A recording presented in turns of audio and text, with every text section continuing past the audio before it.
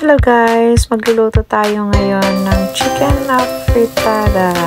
Gigisa natin ng onion para hanggang sa lumambot. Ayan, gigisa natin yan ng olive oil.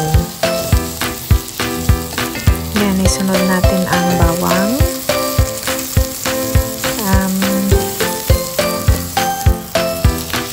Isusunod natin ang manok, and then laurel, bay leaves, at saka nilalagyan ko ng pampalasa na chicken cubes. Yan. Igisa natin hanggang maging golden brown. Lagyan na rin natin ng black pepper. Tapos naglalagay ako ng tomato puree, and then tomato pasata.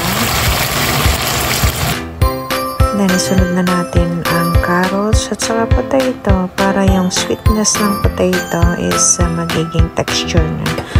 Tapos, lagay na natin ang chicken sausages. Hintayin natin hanggang maluto like 15 minutes. Hintayin natin hanggang lumambot lahat ng mga gulay dahil niluluto ko ang carrots at saka potato nang hindi siya overcook.